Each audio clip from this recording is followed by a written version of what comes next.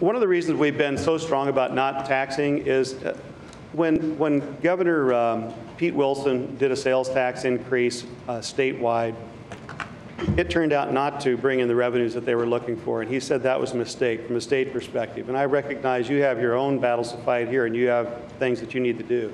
And I know you need resources, so I just want to say from a state level, that was a problem. And I also know that other cities have taxes on to take care of local government. I believe government should be lowest to the people. And so if we had tacked on another 5% or half of 1% up there, then that makes those of you that have your own sales taxes that much more difficult. So we were trying to watch that. The Tax Foundation says that of the 50 states, California has the 6th highest tax burden when you add it all up.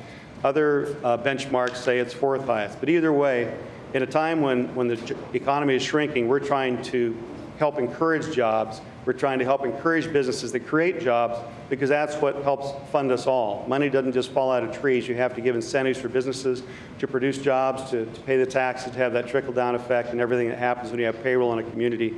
And those are the types of things we're trying to protect.